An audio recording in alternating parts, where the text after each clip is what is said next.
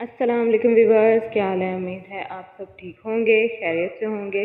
Welcome back to my YouTube channel Mishi health and beauty. तो जैसा कि आपको पता है कि गर्मियाँ शुरू हो गई हैं और गर्मियों के मसले मसाइल भी शुरू हो गए हैं, जिससे जिस्म में छोटे छोटे से दाने निकल आते हैं, जिसको पंजाबी में पित्त भी कहते हैं, और ये बहुत ज़्यादा तंग करते हैं। आज मैं आपको इसका इलाज बताऊँगी। इलाज बहुत ही आसान सा है। आपने करना क्या है, जस्ट आपने पानी लेना है, उसमें आपने सरसों का तेल डालना है। जी हाँ, सरसों का तेल डालना है और डाल के इसको अच्छी तरह से पूरे जिस्म पर नहाने के बाद आपने लगाना है। जब भी आप नहाएंगे आप इसको लगाएं और उसके साथ पानी का इस्तेमाल लाजमी करें।